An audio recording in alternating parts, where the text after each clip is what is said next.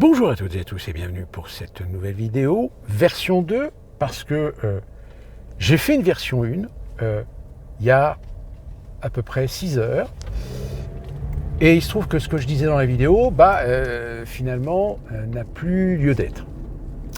Je voulais parler évidemment de la conséquence de l'élection européenne dans l'immédiat. Je dis bien dans l'immédiat parce que les choses peuvent encore changer. Dans cette vidéo, je me disais que là, les socialistes qui ont pris la 3e place du podium avaient une occasion de transformer, terme de rugby, pour créer une sorte de coalition, une sorte d'alliance avec les divers gauches, les communistes, les écolos, mais éviter ceux qui finalement leur ont porté préjudice dans cette coalition qu'ils avaient fait dans le cadre de la NUPES lors des législatives en 2022, et peut-être réussir à mobiliser suffisamment de candidats, suffisamment d'avoir de l'ambition pour pouvoir présenter suffisamment de candidats dans un maximum de circonscriptions en face du RN. J'avais dit, encore une fois, j'insiste, là ils ont une opportunité de revenir sur le devant de la scène, de revenir en tant que parti essentiel, parti représentatif d'une partie de la population française.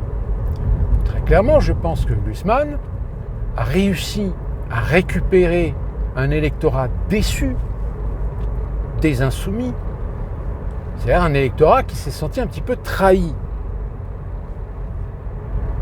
Et j'avais dit, surtout, il fallait surtout pas qu'il se refricote avec LFI, surtout en ce moment où LFI commence à se faire étiqueter de parti antisémite de par sa position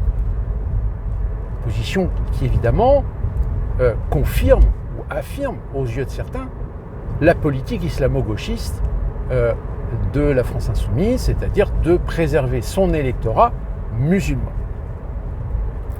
Force est de constater dans le 93, qui est quand même un département avec une forte communauté musulmane, oui, ils sont arrivés en tête, mais alors en tête, mais avec un taux de participation ridicule.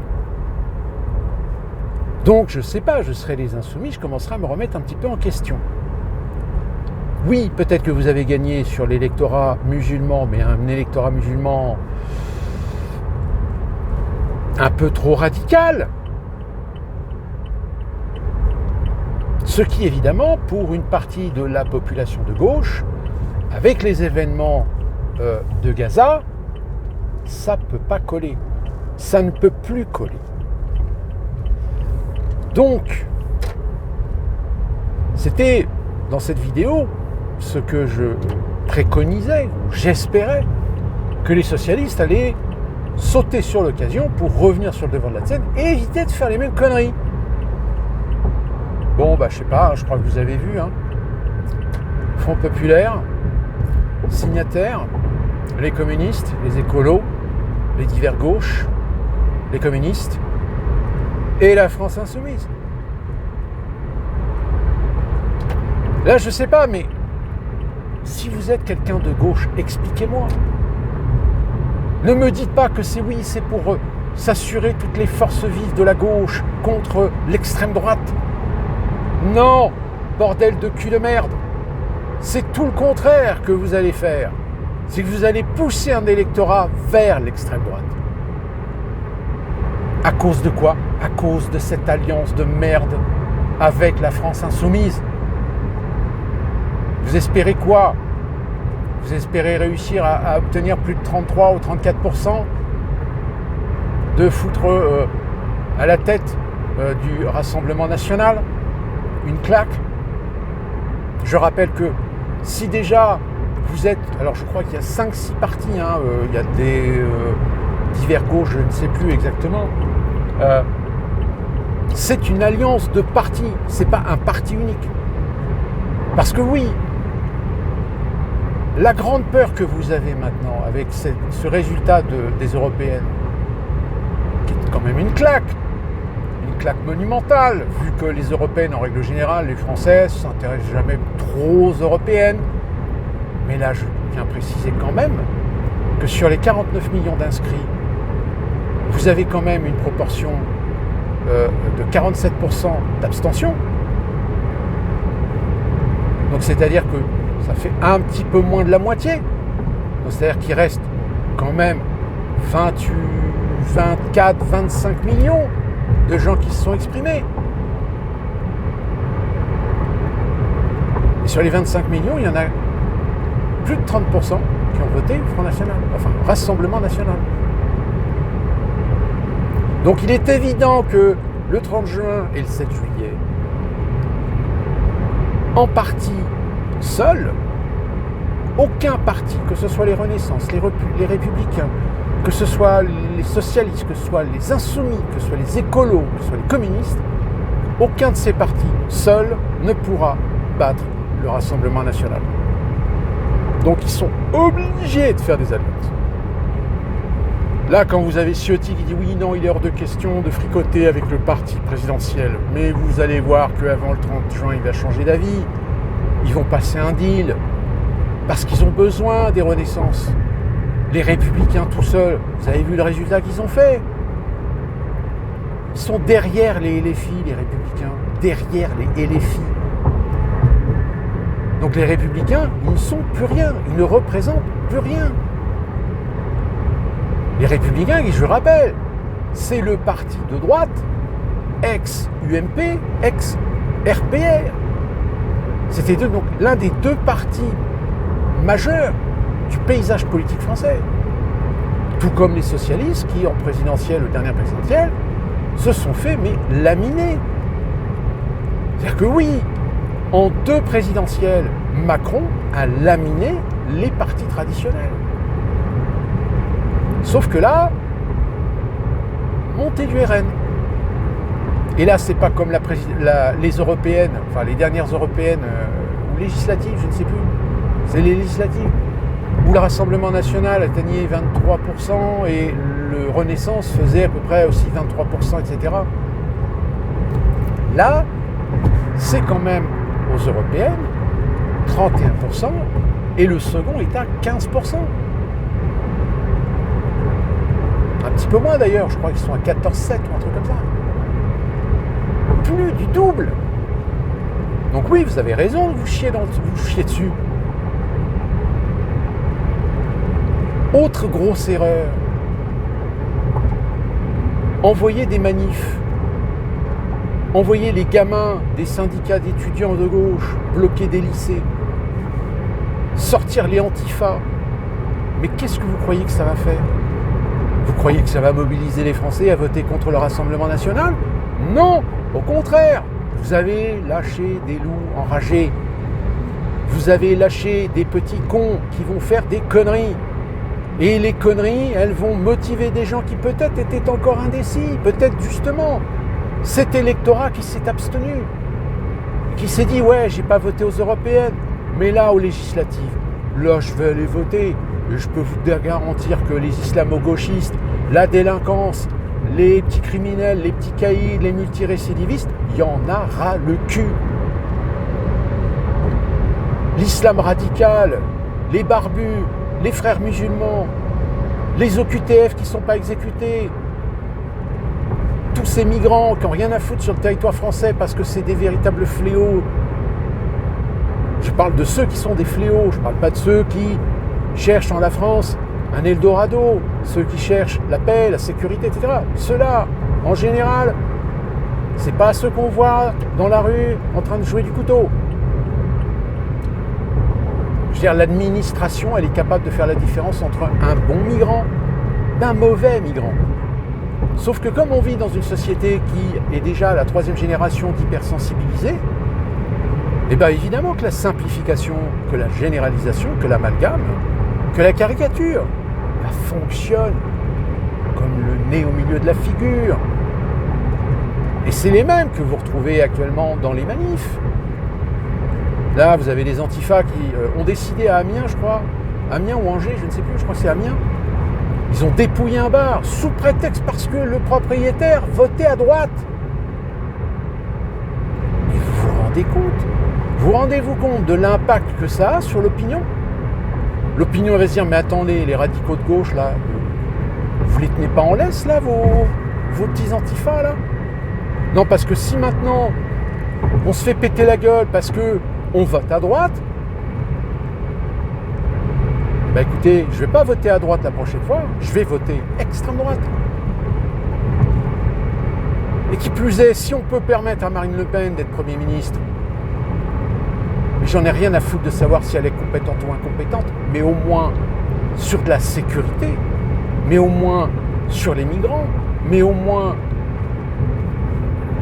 Et encore, vous savez, entre ce que les gens disent et ce qu'ils font après, il y a parfois une différence. Donc, ne m'accusez pas d'être un pro-Rassemblement national.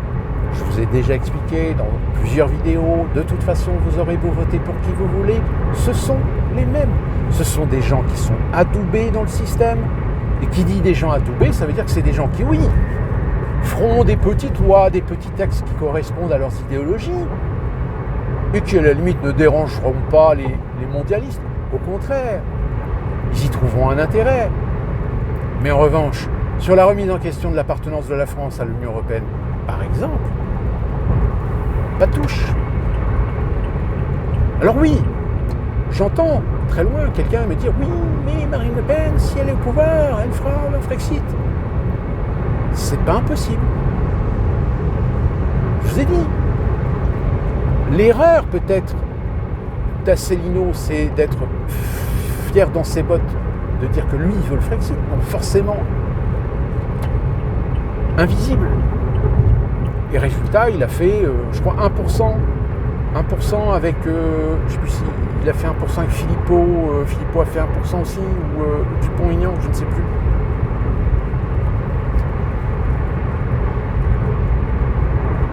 Donc voilà, je veux dire, on prend les mêmes et on recommence. Le pacte républicain, faire barrage à l'extrême droite. Et vous allez voir, vous allez avoir des alliances contre nature. Moi, je ne donne pas une semaine que le Front Populaire, ils vont commencer à se pouiller la gueule. Parce que souvenez-vous déjà, en 2022 pour les législatives, quand ils ont signé la NUPES, vous avez quand même des députés socialistes à qui on a dit, désolé, mais tu dégages. Comment ça, je dégage? Non mais attendez, moi, ça fait des années que je suis dans cette circonscription. J'ai toujours été réélu. Mes compatriotes, mes concitoyens qui votent pour moi sont satisfaits de mon travail, sont satisfaits. Pourquoi je devrais laisser la place à un insoumis? Et vous allez voir, c'est ce qui va se passer. C'est que des députés, du fait que ce soit des socialistes, des insoumis à la rigueur, mais qui conviennent à leurs administrés, qui conviennent à leurs électeurs, qui font leur taf à l'échelle locale, ces gens-là vont dire, non, tu dégages parce que tu vas laisser la place, parce que c'est l'accord qu'on a passé avec... Parce que je suis désolé, mais les communistes, quand ils acceptent de faire ce Front Populaire, eux, le contrat, c'est de faire en sorte de récupérer des circonscriptions. C'est de faire en sorte de poser des candidats dans des endroits où, très clairement, il était impossible qu'ils puissent gagner.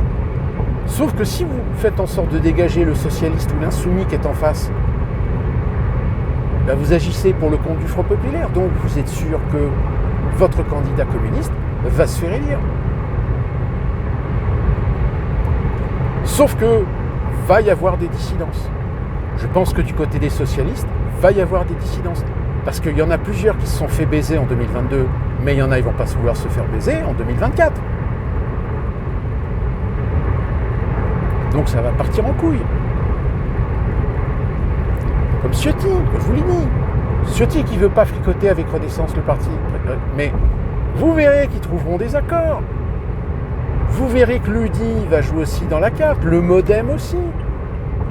Bayrou, de toute façon, c'est un pro-Macron. Donc lui, Bayrou, il va jouer le négociateur pour essayer de rassembler ce qui reste de la droite libérale.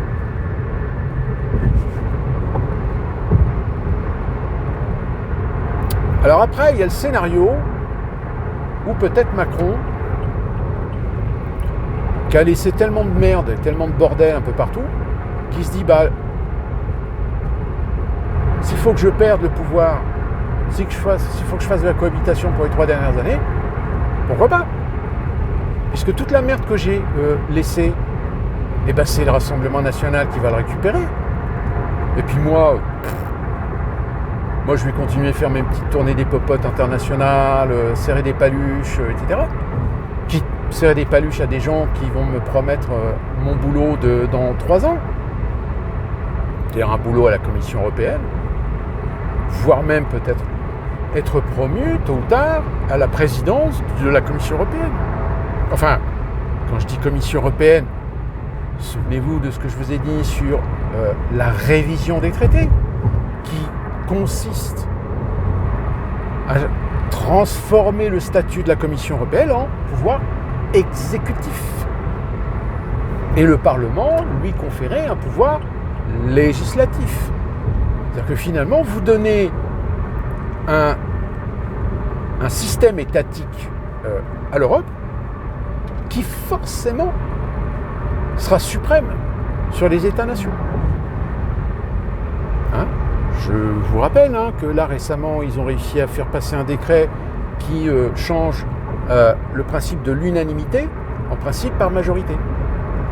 C'est-à-dire qu'avant, sur les décisions importantes, il fallait l'unanimité des 27 États membres. Maintenant, il suffira tout simplement d'un vote avec une majorité.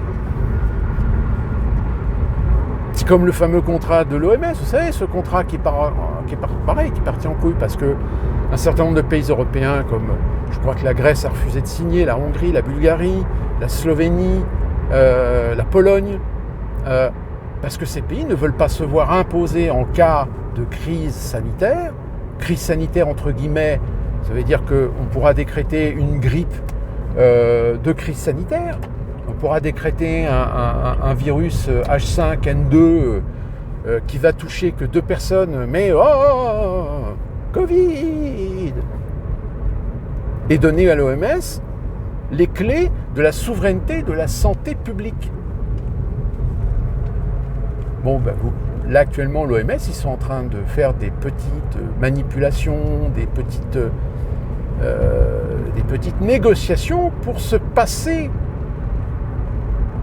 de l'avis des États membres. D'où la raison de ce décret qui transforme l'unanimité en majorité. Donc on va faire des pieds et des mains pour essayer de dissuader une majorité de pays à signer cet accord au détriment des pays qui disent non, nous on n'en veut pas.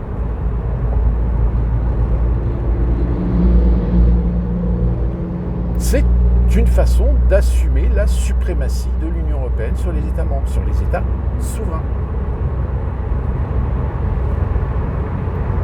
Donc le petit Macron, il se dit là peut-être que moi j'ai placé mes mines.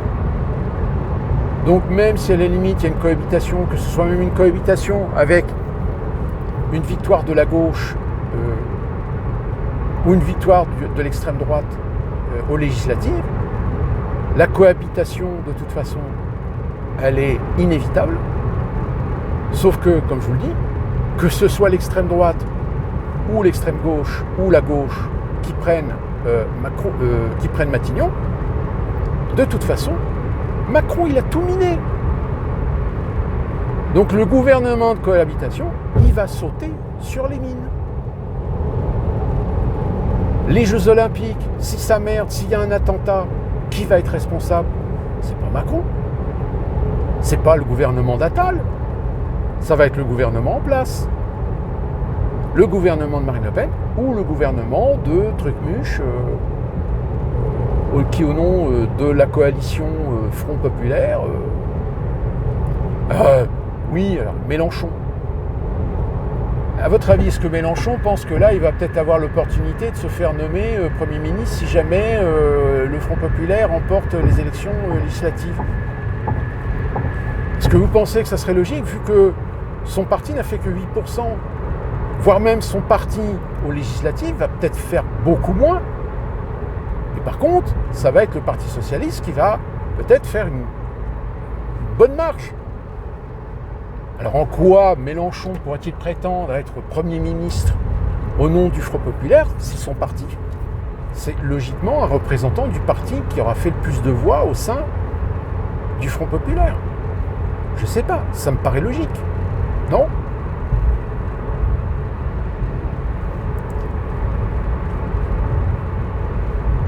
En tout cas, c'est le bordel. Ça fait à peine 72 heures qu'on a les résultats des élections, que déjà, c'est le bordel. C'est que ça commence à se tirer dans les pattes. Il y en a qui veulent être vizir ou non calife à la place du calife. Les débats hier, c'était tout le monde se renvoie la balle, tout le monde s'accuse d'être responsable. C'est vous qui êtes responsable si l'extrême droite est arrivée à ce niveau. Non, c'est de votre faute, etc. Mais non, c'est de votre faute à tous. Ça fait depuis 10 ans, depuis que Macron est au pouvoir, qui fait mumuse avec vous, de telle manière à vous décrédibiliser aux yeux des Français, si bien qu'aujourd'hui les Français, ils se disent on a fait la gauche, on a fait la droite, on a tenté la gauche, là on a tenté Macron.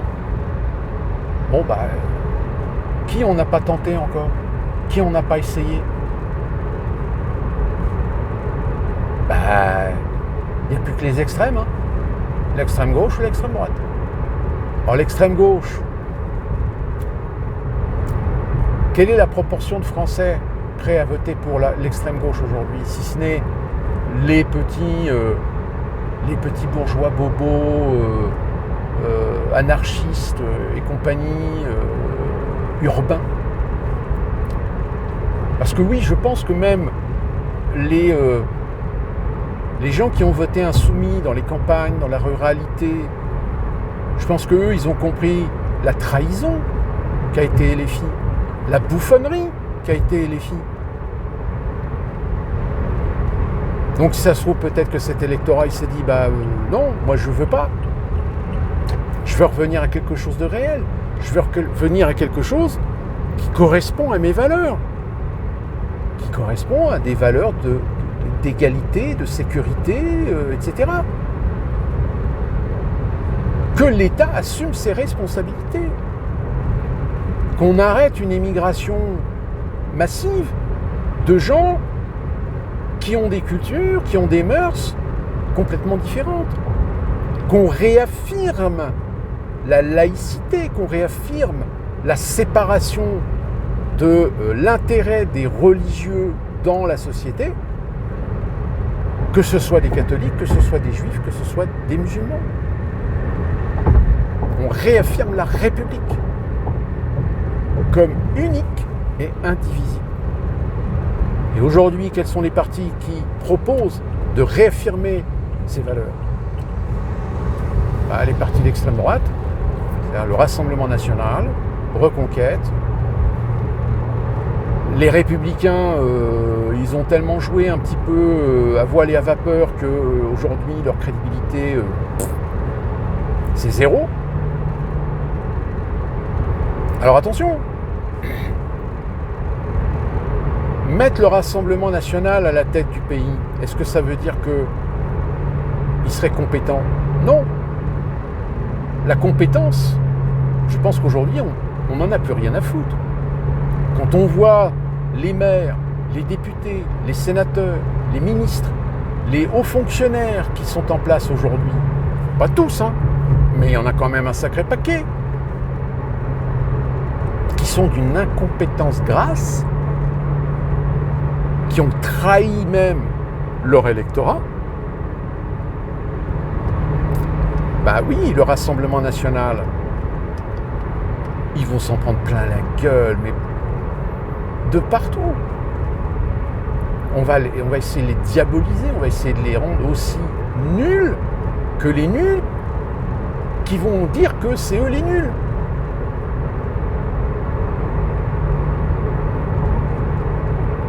La République est morte. Ça fait longtemps que je vous le dis. Alors, en effet, est-ce que le Rassemblement national pourrait être capable, en tant que gouvernement, de redresser le pays? Non. Puisque si on veut donner des bonnes bases pour redresser le pays, il faut quitter l'Union européenne. Or, est-ce que le Rassemblement national va avoir cette ambition?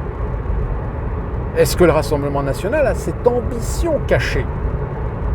Je dis bien ambition cachée, c'est-à-dire qu'elle ne dit pas ouvertement qu'elle veut quitter l'Union européenne pour s'assurer de ne pas se faire flinguer par les européistes ultimes. Et une fois qu'elle a le pouvoir, petit à petit, commencer à tâter le terrain en disant « Bon, écoutez les Français, je fais un référendum pour un Frexit. Je propose à l'Assemblée nationale l'organisation d'un référendum, vu que bon, je ne pense pas qu'ils auront la majorité, je ne pense pas qu'ils auront plus de 270 sièges, mais elle pourra faire la proposition à l'Assemblée nationale. Sauf que même ceux qui ne veulent pas, ceux qui sont des europistes assumés, ils savent que si jamais ils refusent la proposition d'un référendum, ils vont se mettre à dos beaucoup de Français. Beaucoup de Français qui sont convaincus qu'il faut qu'on retrouve notre souveraineté. En tout et pour tout. Maintenant, est-ce que Marine Le Pen ou même Bardella ont les épaules suffisamment solides pour ça? Là, j'ai pas de réponse à la question. Après, ce n'est que des supputations. Ce n'est que des extrapolations. Certains vous diront, oui, ils peuvent le faire.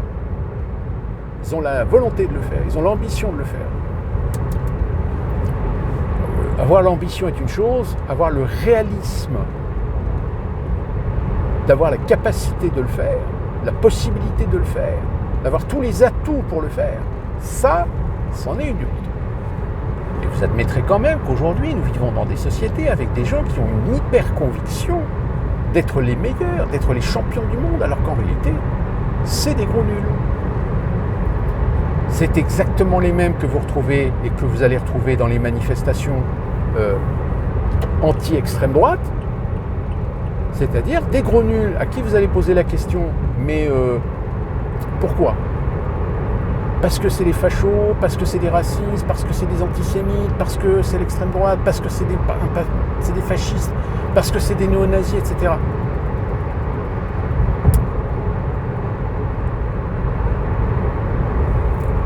Je vous invite à aller sur Wikipédia ou directement sur Google et taper « parti néo-nazi dans le monde ». Eh bien, vous allez vous rendre compte que vos amis, dont le lien a été réaffirmé pendant les commémorations du débarquement, je veux parler évidemment du pays dans lequel je vis, les États-Unis d'Amérique, eh bien, vous allez remarquer que les États-Unis d'Amérique, ils ont quand même un sacré paquet d'organisations néo-nazies. Alors qu'en France, vous avez quelques groupuscules qu'on peut assimiler à des mouvements d'ultra-droite, antisémites, mais ils sont extrêmement minoritaires. Tout comme si on vous remettait en proportion les groupes que vous trouverez aux États-Unis. Je crois que j'avais vu le chiffre, normalement c'était à peu près, je crois, 190 000, je crois. Je crois qu'il y en avait à peu près 19 000 assumés, c'est-à-dire 19 000 déclarés. Et on estimait qu'aux États-Unis, parmi le peuple américain, il y avait à peu près 190 000 Américains qui sont des néo-nazis, c'est-à-dire vraiment antisémites, racistes, etc. Sur une population de 348 millions. C'est-à-dire que c'est peanuts. Bon, eh bien en France, c'est pareil.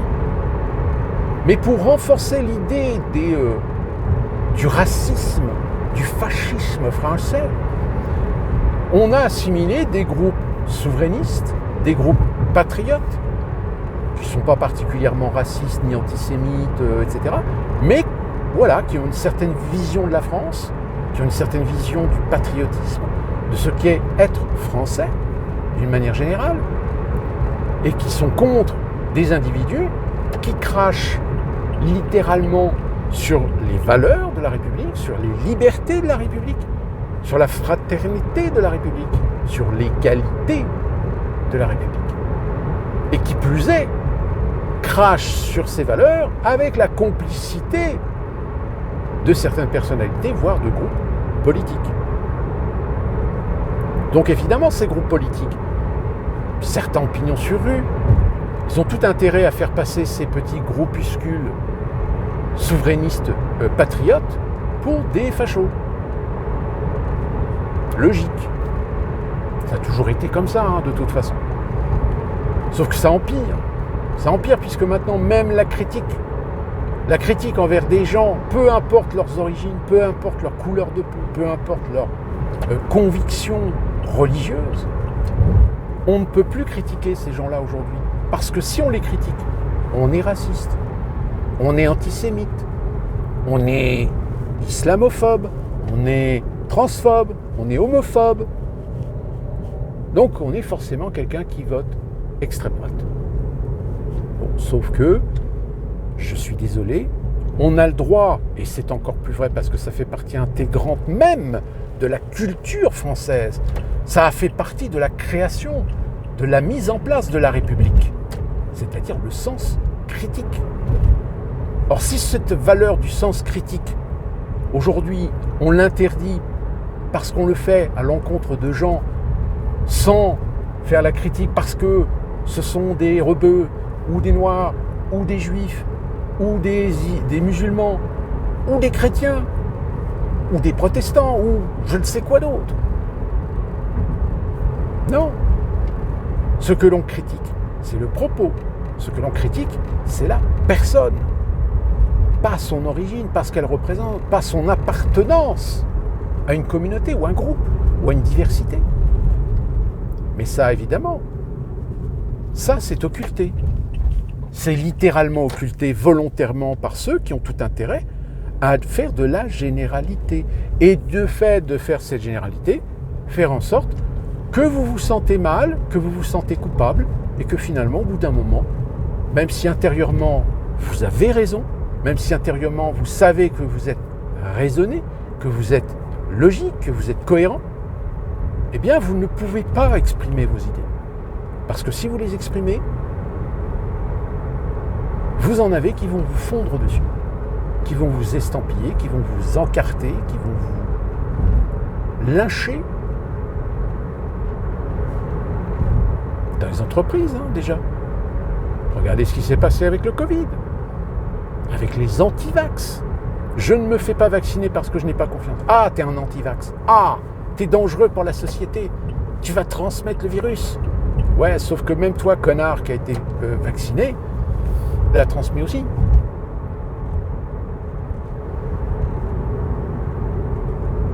Donc forcément, si tu transmets en étant vacciné, tout d'un coup, le discours qui consistait à dire que non, en étant vacciné, vous protégez les autres, non, finalement, ça n'a pas de sens.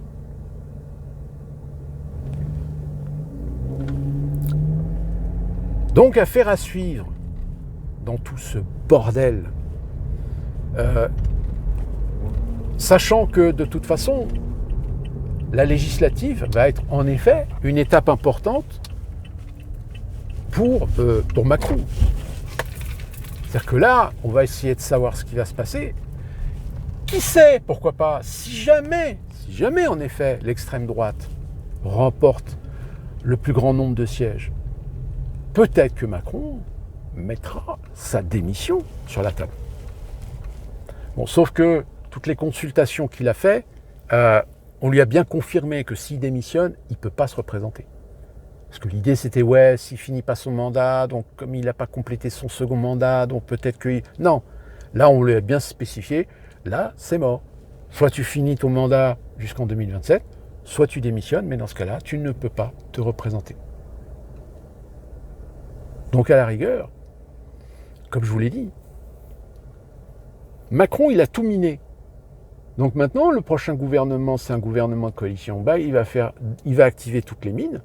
Puis à chaque fois que le gouvernement va vouloir faire un truc, va vouloir passer un décret, une loi, ou va prendre une telle ou telle décision, etc., ils vont sauter sur une mine. Alors je vous dis pas, hein, oui, là, jusqu'au résultat des législatives, bah ça va se balancer de la merde dans la gueule, etc. Ça va même devenir violent. Il va peut-être y avoir des morts. Oh, vous vous souvenez que j'avais dit ça, que le sang va couler? Ne le souhaitons pas. D'ici là qu'on se retrouve pour une prochaine vidéo, en suivant toutes les affres qui vous concernent, soyez prudents, ne tombez pas dans les pièges et portez-vous bien.